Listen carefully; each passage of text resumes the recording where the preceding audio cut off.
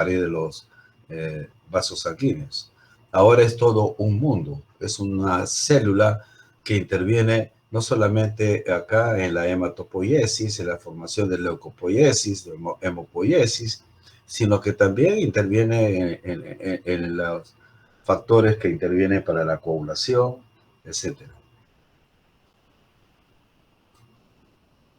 Aquí solamente para referir que a nivel de la formación de glóbulos rojos se necesitan no solamente factores estimulantes, pero hay un factor muy especial, nombre propio, que es la eritropoyetina, la EPO.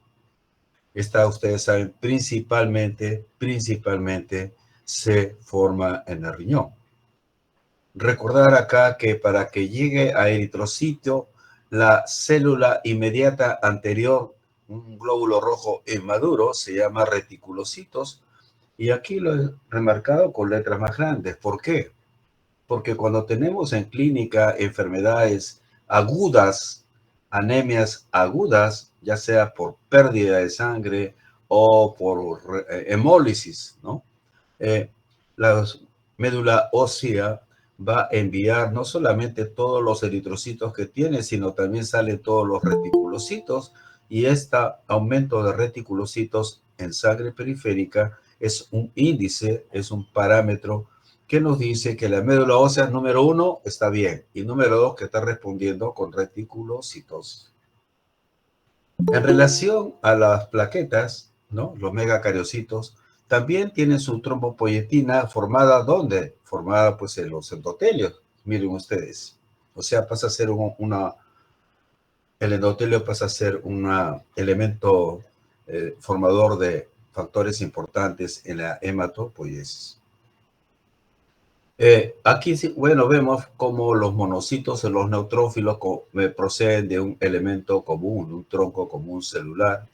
Y finalmente, los linfocitos obviamente son muy especializados, ¿no?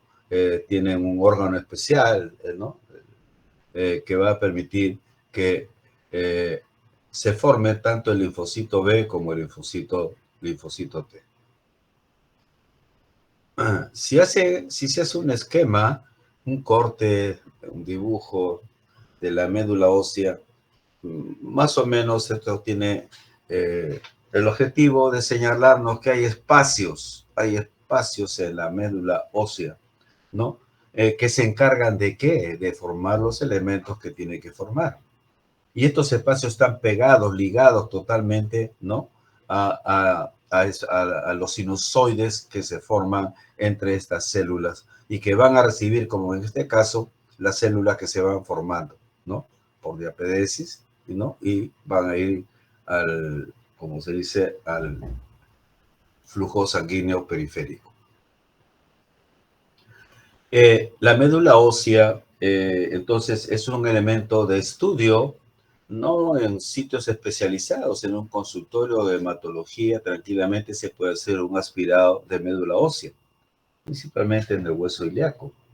A veces se hace en el esternón, ¿no? Y se usa inmediatamente el aspirado para evaluar algún grado, por ejemplo, en caso de leucemia, y determinar en ese momento, con la ayuda del patólogo, hematólogo, inmediatamente clasificar la leucemia, etcétera, etcétera, y iniciar el tratamiento lo más rápido posible.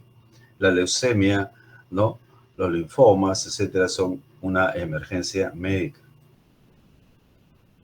Para ustedes, un trabajo muy pequeñito, ¿qué concepto tiene y un ejemplo de enfermedad que produzca principalmente leucopenia, ¿no? Leucocitosis, reacción leucemoide? Y su nombre lo dice, ¿no? El sufijo oide en medicina es parecido. Entonces, leucemoide significa parecido a leucemia. Parecido a leucemia, pero no es leucemia. Bueno, existe una situación clínica en la cual usamos el término de reacción leucemoide. Igualmente, una revisión pequeña, concepto básico en relación a la presencia de células, ¿no? De leucemia aguda y leucemia crónica. Y finalmente, cada vez es más frecuente la aparición de problemas de alteración directa de los granulocitos, la agranulocitosis, ¿no? Entonces, estos son conceptos que tienen que revisar ustedes, ¿no? Y que son muy necesarios para la vida de cualquier alumno y para cualquier médico, alumno de medicina. En relación a la linfopoiesis, hemos referido pues que existe un precursor linfoide que se encarga de producir los linfocitos que ya hemos hablado los días anteriores. Proceden del timo, el timo es un órgano muy importante, ¿no? Y otros de la médula ósea. ¿Qué hay ahora de la evaluación en cuanto a la sangre periférica, la que está circulando en este momento en nuestros vasos sanguíneos? Ya sabemos nosotros que un hemograma nos va a permitir determinar la presencia de los 3 tipos de células. Aquí están con sus cantidades promedio. Los hematíes, los leucocitos y las plaquetas, ¿no? En unidades de toda la vida, ¿no? Porque ahora ponen 10 a la 9 o a la -9, y entonces estamos con unidades americanas que a veces nos despistan. Entonces, en concreto, por ejemplo, los hematíes tenemos 4.8, promedio de 5 millones por milímetro cúbico, o los leucocitos, ¿no? Que varían 9.000, 10.000 por milímetro cúbico, más de 11.000 ya se habla de una leucocitosis, por ejemplo. Estos leucocitos, como ustedes ya han deducido, están formados por una serie de células diferenciadas en la coloración de Gram, ¿no? Y diferenciadas por la presencia de segmentación del núcleo que tiene. Entonces tenemos que los granulocitos, ¿no? 70%, 50 a 70% del total de glóbulos blancos. Si tengo 10.000 glóbulos blancos, entonces son 5.000 a 7.000 glóbulos de granulocitos lo que yo tengo. Es importante recordar, y estoy remarcando aquí en este rectángulo, que existen enfermedades sobreagudas con un proceso inflamatorio severo. No estoy hablando de una faringitis, no estoy hablando de una celulitis, sino de vísceras principalmente. Y entonces, en estas vísceras es tanta la inflamación que la médula ósea no solamente responde aumentando sus glóbulos blancos, ¿no? Sino que además, ¿no? Envía a la circulación elementos, así como he hablado de reticulocitos en los glóbulos blancos, llamamos, ¿no? En neutrófilos un poco jóvenes, que son los abastonados. Abastonados porque su núcleo tiene una forma de bastón. Y este dato lo encontramos en enfermedades inflamatorias agudas, viscerales principalmente, apendicitis, colecistitis, a veces pielonefritis, etc. Cuando los abastonados en sangre periférica son más del 10% del total de los granulocitos, ¿no? Hablamos de una desviación izquierda. Aquí tienen una lámina, no soy histólogo, ¿no? Pero siempre nos acordamos mucho de nuestros profesores de histología y nos hacían ver las láminas y podíamos llegar cerca a distinguir entre los diferentes tipos de células, ¿verdad? Aquí tenemos, por ejemplo, vean, este es un bastón, forma de abastonado, que va a terminar en un neutrófilo. Estos linfocitos son los que tienen núcleo muy grande, ¿no? En relación a su citoplasma, etcétera, ¿no? Los eosinófilos, como ven, parecen una fresa, tienen gránulos color rojo y los de gránulos de color azul en el citoplasma, se entiende, son los basófilos. Un elemento importante en la sangre es las proteínas. Las proteínas son sustancias orgánicas, obviamente, cuyas propiedades podemos decirlas, ¿no? En un resumen. Uno, la presencia de albúmina, que es una forma de la proteína. La otra son las globulinas. La albúmina, que normalmente es 3.5 a 5 gramos, ¿no? Su presencia da lugar a una presión oncótica. La albúmina retiene, atrae agua. Si usted, apelo a su imaginación, está llegándole por el capilar los nutrientes al dedo gordo que tienen ustedes en la mano, por los capilares va a salir el líquido con todos los nutrientes, empezando desde el oxígeno, etcétera, etcétera. Muy bien. Este líquido va al intersticio y del intersticio obviamente va a ingresar a la célula. Ese líquido que ha filtrado por el capilar tiene que regresar del intersticio luego al mismo capilar. Digamos, salió por el capilar arteriolar y va a ingresar por el capilar venular. Para que reingrese el líquido que salió por filtración y se reabsorbe el líquido en el mismo capilar, se necesita de una fuerza de atracción que se encuentre dentro del vaso capilar. Esa fuerza de atracción es la presión oncótica que la da ¿quién? La albúmina. Por lo tanto, si yo tengo una hipoalbuminemia menor de 3.5 gramos por decilitro, miren ustedes qué va a pasar. La hipoalbuminemia va a producir una menor presión oncótica y por lo tanto el líquido filtrado al intersticio que debió regresar al capilar se queda. Aumenta el líquido intersticial y pasa a ser, ¿no?, un aumento posterior de la linfa y eso significa edema, retención de líquido.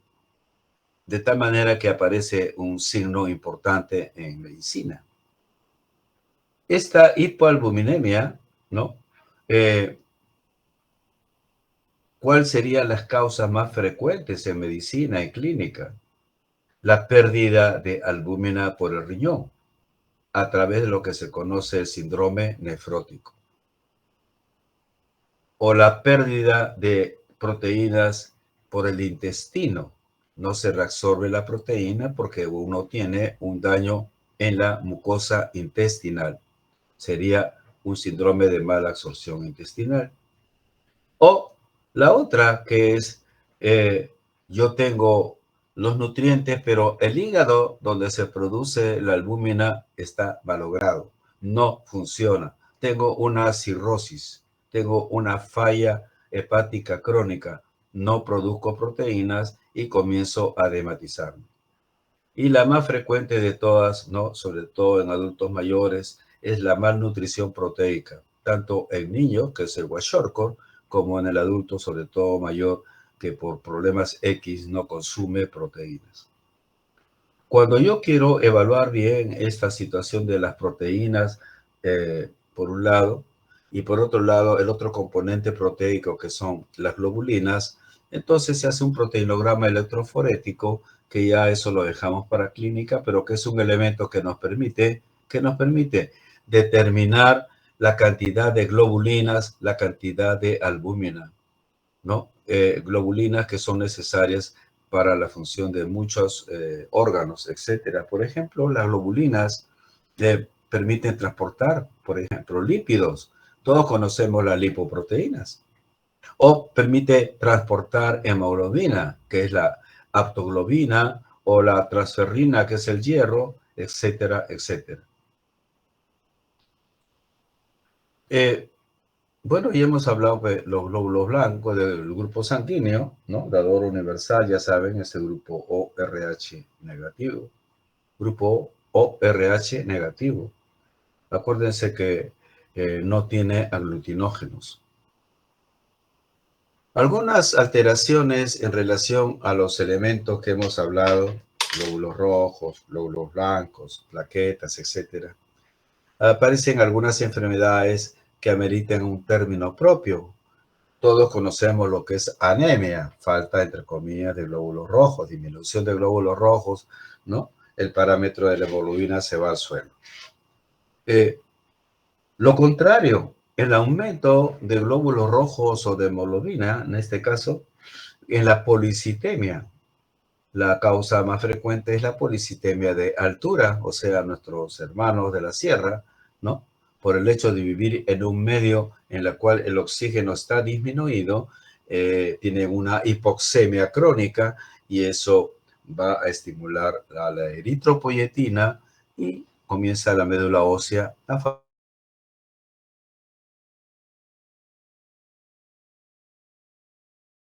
del medio ambiente. Han aparecido una serie de y con mayor frecuencia se ven casos de anemia aplásica. Estas medicinas para mala suerte del paciente, ¿no? Una idiosincrasia del paciente o mala suerte, el médico se le pasó pues la dosis y entonces produce daño en la médula ósea. Y la médula ósea con daño va a ser un elemento displásico y finalmente una aplasia en la cual ya no se forma glóbulos rojos o glóbulos blancos o las tres series, glóbulos rojos, blancos y plaquetas. Una anemia aplásica, en este caso, dirigida a glóbulos rojos. Igualmente, tenemos desde el año promedio 80-81, en que se detectó el primer caso de SIDA, ¿no? Síndrome de inmunodeficiencia por VIH, ¿no? Comenzamos a ver con frecuencia las famosas linfopenias, CD4 por los suelos, menos de 500, y ya entraba uno en SIDA. Entonces aparece el término linfopenia, pero también existen virosis de toda la vida que estimulan a este tipo de células de la sangre y se caracterizan por dar linfocitosis pero grande de 60%, a veces 70%, y a veces los linfocitos no son muy de morfología normal, y entonces hace pensar en la posibilidad de una leucemia linfática. Esta virosis a la cabeza, la famosa mononucleosis infecciosa, que se supone le van a enseñar a ustedes posteriormente. Cuando hay una inflamación, no solamente los leucocitos son los que se van a elevar inmediatamente, principalmente cuando la infección es debido a bacterias. Y ocurre las famosas, sino que también los plaquetas también se pueden elevar 300.000, 400.000, a veces 500.000, y eso se llama trombocitosis. O sea, hay una trombocitosis reactiva asociada a un cuadro infeccioso. Pero siempre uno está atento a que no vaya a ser una trombocitosis primaria, un problema primario de médula ósea. En relación a la disminución de las plaquetas, ¿no? La trombocitopenia. Normalmente se considera un promedio de 300.000, 150.000 a 300.000 plaquetas por milímetro cúbico. Cuando disminuye las plaquetas a menos de 150.000, ya entramos en el estado de trombocitopenia. Pero se necesita generalmente, no siempre, generalmente, ¿no? Que las plaquetas disminuyan a un promedio de 50.000 para que aparezca ya los signos de trombocitopenia que ustedes conocen son las púrpuras, ¿no? Las lesiones purpúricas que no son otra cosa que extravasación de sangre por traumatismos leves y eso debido a la falta de plaquetas. Entonces, de 150.000 a 100.000 yo ya estoy mal. Sin embargo, no tengo ninguna molestia. Llego a 50.000 hacia abajo, ya comienzan las molestias, pero miren, la enfermedad ha pasado bastante tiempo. Para que se pueda formar los glóbulos rojos, o sea, ya la eritropoiesis, obviamente se necesita una serie de procesos y se requiere de sustancias, ¿no? Que van a ser usadas en la formación, en la diferenciación, en la maduración de los glóbulos rojos. Estas sustancias a la cabeza, recordar pues que una hemoglobina, que es la proteína más importante del glóbulo rojo, esta hemoglobina está formada por una cadena de polipéptidos, globina, por un núcleo, un grupo N que contiene hierro y tiene otras sustancias como porfirina, ¿no? Que se necesita para la maduración desde el pronormoblasto, etcétera, etcétera, hasta llegar al glóbulo rojo de la vitamina B12 y el ácido fólico. Ellos intervienen en la maduración del ADN y va a permitir que el glóbulo rojo, mamá, papá, que es el pronormoblasto, que tiene un núcleo gigante, llegue a tener núcleo cada vez de menos volumen, y finalmente en el glóbulo rojo ya maduro no tenemos núcleo. Muy bien, ¿quién permite esta maduración del núcleo? La presencia de estos elementos, vitamina B12 y el ácido fólico. Pero también se necesita hierro, acuérdense, para que se forme la hemoglobina. De tal manera que las anemias más frecuentes en clínica son aquellas relacionadas con deficiencia de estos elementos, o vitamina B12, ¿no? O ácido fólico, o hierro, principalmente. En la eritropoiesis ya he referido que el factor de crecimiento, ¿no?, importante es la eritropoyetina, que se forma en el riñón. También hay otros factores, la interleuquina 3. Esta eritropoiesis, entonces, que requiere de la presencia de eritropoyetina, ¿no? La pregunta sería, ¿qué situaciones estimulan la producción de eritropoyetina? Principalmente una anemia aguda, principalmente la hipoxia, la hipoxemia, que lleva a una hipoxia tisular. No es lo mismo hipoxemia que hipoxia tisular. La hipoxemia significa simplemente disminución de oxígeno en la sangre. Disminución de oxígeno en la sangre. Hipoxia significa disminución de oxígeno en el tejido. Ustedes pueden tener 15 gramos de hemoglobina, pero están en shock, un shock séptico. No hay un buen flujo sanguíneo. Tienen una hipotensión severa, póngale 8 de presión. Entonces no llega sangre a los tejidos y ustedes pueden ver a un paciente con cianosis y el paciente tiene hipoxia celular, pero su hemoglobina es de 15 gramos en ese momento. Muy bien. La hipoxia principalmente relacionada por la altura, ya hemos dicho, la persona que vive más de 3.000 metros sobre el nivel del mar, y enfermedades hipoxémicas crónicas. ¿Alguno de ustedes me puede decir alguna enfermedad hipoxémica crónica? Enfermedad hipoxémica crónica. He hecho la pregunta, a ver, de paso descanso un minuto en hablar. Una enfermedad hipoxémica crónica, a ver, el delegado me puede decir.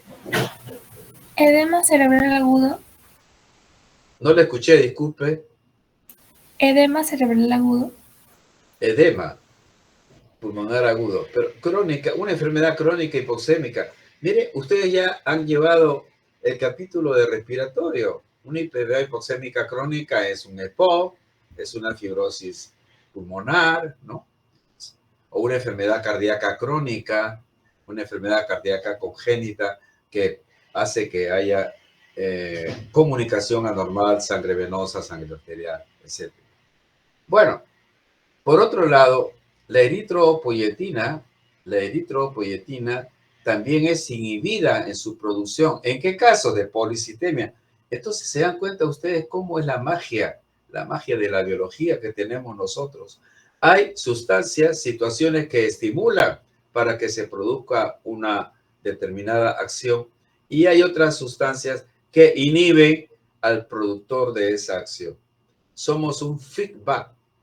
Eso se ve típicamente en el capítulo de endocrino. Una glándula estimula a la otra produce su hormona y la hormona aumentada inhibe a la glándula que estimuló.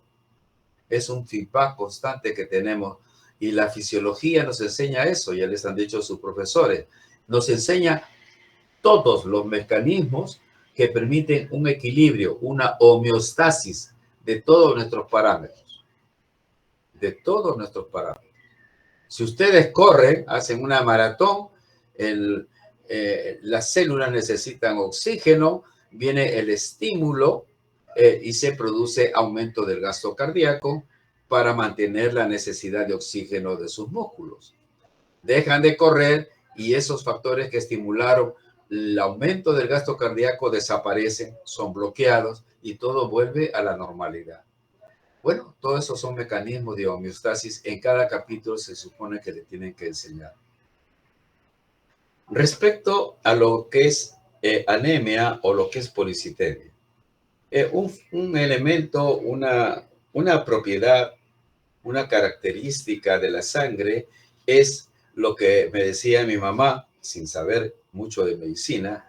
Decía, mira, mi amiga o la vecina está con anemia, tiene la sangre ligera. Y efectivamente, ¿no? Los pacientes con anemia, lo que pasa es que tienen menos glóbulos rojos, menos hemoglobina, y por lo tanto, la viscosidad de la sangre por la presencia de glóbulos rojos está disminuida. Y eso es muy importante. ¿Por qué? Porque hay enfermedades como esta anemia, que si yo soy un paciente cardíaco y encima tengo anemia, voy a tener que trabajar muchísimo más pues para mejorar la función del corazón y que llegue una cantidad adecuada de oxígeno a la sangre. Por otro lado, cuando aumentan los glóbulos rojos, la situación es inversa. Aparece una sangre, entre comillas, más espesa. ¿Y cómo lo ve la gente? Oye, tus ojos están rojos. ¿Qué pasa? ¿Has llorado? ¿Estás con una droguita? ¿Qué pasa? Está con una policitemia, ¿no? Entonces, la sangre con glóbulos rojos aumentados, ¿no? Va a dar lugar a lo que se conoce como una sangre de mayor viscosidad. Obviamente, una sangre de mayor viscosidad tiene una disminución en la velocidad del flujo sanguíneo. ¿Y quién va a trabajar contra ello? El aparato cardiovascular. Muy bien. Entonces, aquí hay algunas condiciones, ¿no? Como un pequeño resumen, hay unas condiciones en las cuales se estimula la producción de glóbulos rojos. En este momento, una hemorragia aguda, el que es ulceroso revienta la úlcera, entre comillas, perfora la pared, perfora un vaso sanguíneo y entra en una hemorragia digestiva aguda. Es un estímulo inmediato para producir eritropoyetina. Otro, ahorita estoy tomando una medicina y justo hoy día se le ocurre a esta medicina, a mí, por mis pecados, entre comillas, producirme una hemólisis, un estado hemolítico agudo. Y comienzo a destruir glóbulos rojos. Obviamente, rápidamente va a caer mi hemoglobina, ¿verdad? Y entonces, esa caída de hemoglobina también se interpreta como un aumento para estimular la eritropoyetina. Igualmente, cuando no hay un total daño completo de la médula ósea, puede aparecer alteración parcial, una displasia de médula ósea, ya sea por sustancias quimioterápicos, tóxicos, radiación, etcétera, ¿no? Marie Curie, como falleció, expuesta al radio, ¿no? Al elemento radio, y hizo lo que hizo, ¿no? Una enfermedad tipo leucémica, degenerativa de médula ósea. Ya hemos hablado de la altitud. En la altitud, la fracción de oxígeno del aire inspirado está disminuida. La fracción de oxígeno del aire inspirado está disminuida. El famoso FiO2, que hasta ahora los vecinos de mi barrio saben lo que es FiO2. ¿Gracias a quién? Al famoso COVID. Oye, ¿cómo está el FiO2 de la abuelita? Era increíble escuchar esas frases, ¿no? De una persona que ni siquiera ha pasado un día en un curso de medicina. Pero se manejaba, gracias al COVID se ha aprendido muchas cosas. Bueno, el FiO2 disminuye con la altura. FiO2 disminuye con la altura. Y entonces eso da lugar a que uno tenga hipoxemia que puede llevar a una hipoxia celular posteriormente. Es obvio que una falla cardíaca disminuye la cantidad de sangre que sale por minuto y tiene un gasto cardíaco disminuido, y eso lleva pues a la producción de hipoxia, en ese caso por perfusión, porque el corazón, esa persona que tiene falla cardíaca tiene 14, 15 gramos de hemoglobina, pero no le llega el oxígeno adecuado a la célula porque su gasto cardíaco está disminuido. A eso se llama hipoxia por perfusión o por hipoperfusión. Y por último, la pregunta que les hice, ¿no? Tengan cuidado, ya viene el examen. Enfermedades pulmonares que cursan con hipoxemia crónica van a producir un estímulo en la producción de glóbulos rojos. Es clásico, es típico, es muy frecuente la aparición de los dedos en palillos de tambor, las uñas en vidrio de reloj, debido a enfermedades pulmonares hipoxémicas crónicas. Es típico. En el examen físico uno nota eso. Bueno, ya estamos hablando pues de los glóbulos rojos y estas cosas de elementos de la sangre. Y vean ustedes pues un frotis, un glóbulo rojo, ¿no? Tiene una parte periférica más oscura, más rojita, y una parte central.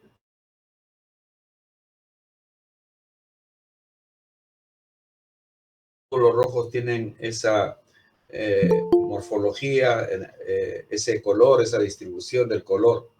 En la periferia más rojo y en el centro un poco más claro.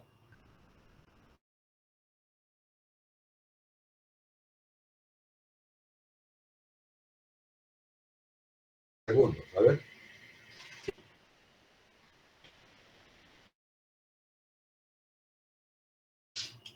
Estoy esperando la respuesta, alumnos.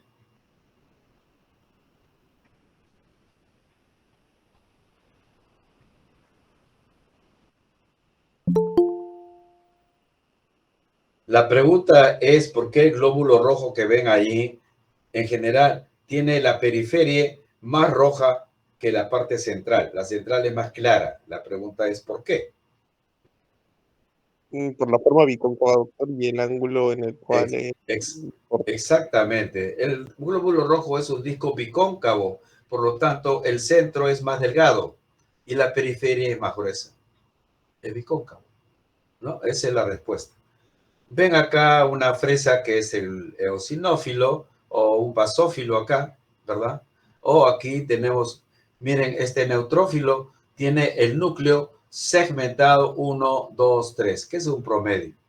Un glóbulo blanco que, como ven, es casi 2 veces el glóbulo rojo. El glóbulo rojo tiene 7 micras cúbicas.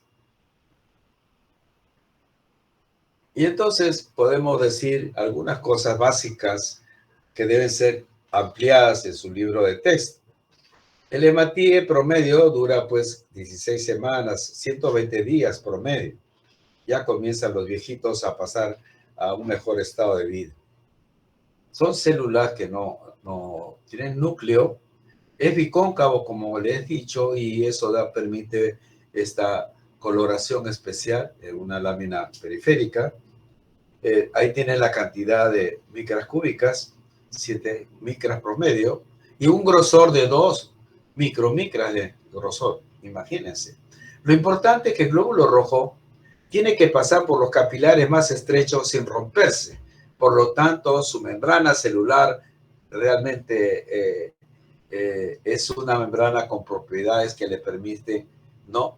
Deformarse, adaptarse muchas veces a los capilares más pequeños y no se rompe, no se lisan, ¿no? Cuando se rompe un glóbulo rojo se llama hemólisis. La proteína más importante es la hemoglobina, ya referido, y la función es clásica. Desde el colegio nos han dicho que la hemoglobina, hijito, te lleva el oxígeno y por un lado y te saca el CO2. Eso nos enseñaron desde el colegio. La destrucción de los glóbulos rojos por vejez, entre comillas, se realiza principalmente en órganos retículo-endoteliales, vaso, ¿no? Y el sistema retículo endotelial. El precursor inmediato, vuelvo a referir, es el reticulocito, que se aumenta cuando hay una anemia aguda, principalmente cuando hay un problema hemolítico. Son datos básicos. Si yo tengo reticulocitosis, pongamos que yo tengo una anemia aguda, ya, y luego me voy al médico, me hacen mi hemograma y encuentran pues una hemoglobina de 6 gramos, pero no encuentran reticulocitos. Entonces, una sospecha es, su anemia de esta persona es producida por un problema en la médula ósea, porque la médula ósea no está formando reticulocitos de manera adecuada. Miren, ese es el concepto aplicado en clínica, un concepto de fisiología. Al final, ustedes se están dando cuenta que todas sus ciencias básicas, todas las semanas, todos los días que reciben clase, se entiende que de alguna manera, directa e indirecta, le tienen que referir a alguna enfermedad. Porque si no, sería muy abstracto, ¿no? Aprender todo sin que nos enseñe dónde pasa esto, qué pasa. En tal enfermedad pasa esta cosa que reafirma, confirma el dato fisiológico que nos están dando. Por lo tanto, en una anemia plástica, que ya he referido, es destrucción funcional de la médula ósea, no hay pues reticulocitos, ¿no? Un elemento importante para estudiar el glóbulo rojo, ¿no? Son medidas del glóbulo rojo, parámetros de medidas, las llamadas constantes corpusculares, ¿no? De esa manera, el hematólogo, que maneja bastante esto, ¿no? Tiene una idea mayor de la cantidad de hemoglobina, del volumen del glóbulo rojo, de la cantidad de hemoglobina por volumen, etc. Existen 3 constantes corpusculares, de las cuales la más usada, en todo caso en clínica, ¿no? Es el volumen corpuscular medio, MCB en inglés. Aquí está la fórmula y aquí estoy colocando un ejemplo, ¿no? En la época en la cual se hacía las prácticas de hematología, hacíamos bastante de esto porque esto se aplica todos los días en medicina. Entonces, usando la fórmula, pongamos una persona tiene 10 gramos de hemoglobina. Acuérdense que hay una relación entre la hemoglobina y el hematocrito, ¿correcto? 1 gramo de hemoglobina, ¿no? 1:3. Si yo tengo 10 gramos de hemoglobina, tendré 30 de hematocrito, 30%. Entonces, este varón tiene 10 gramos de hemoglobina. En otras palabras, promedio 30% de hematocrito. Tiene glóbulos rojos que se lo han hecho en un frotis, ¿no? ¿Qué es un frotis? En un hemograma.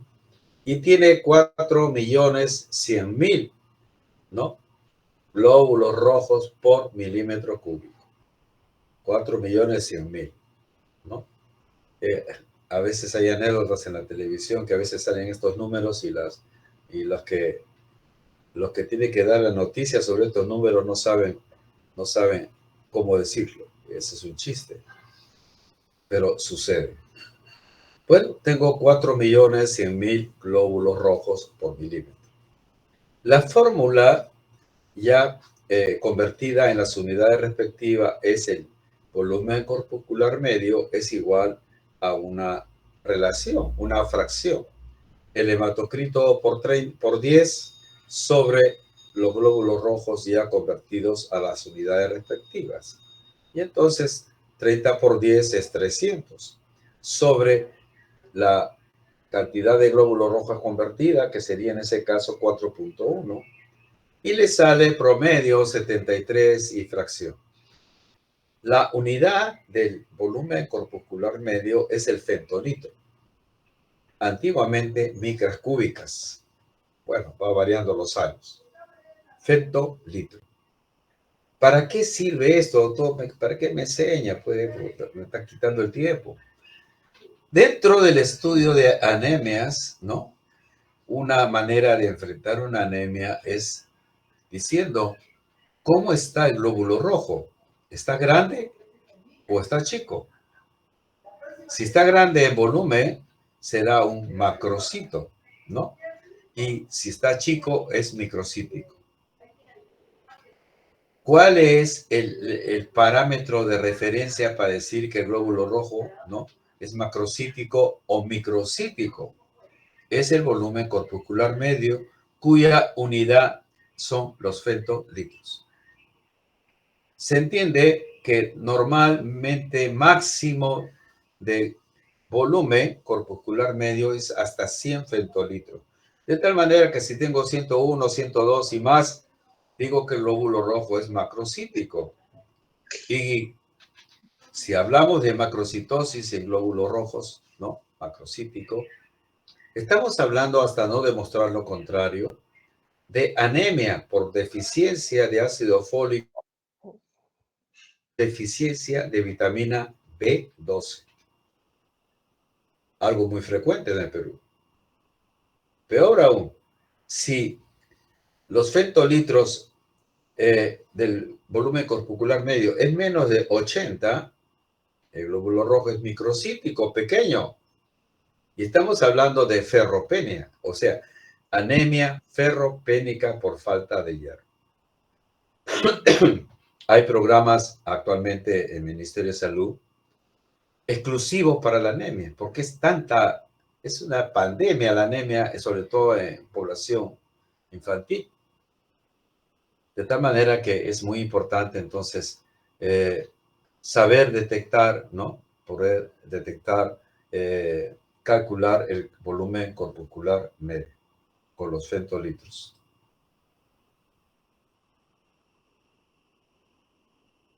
Allá. Entonces me estás mandando. Ok, muchas gracias.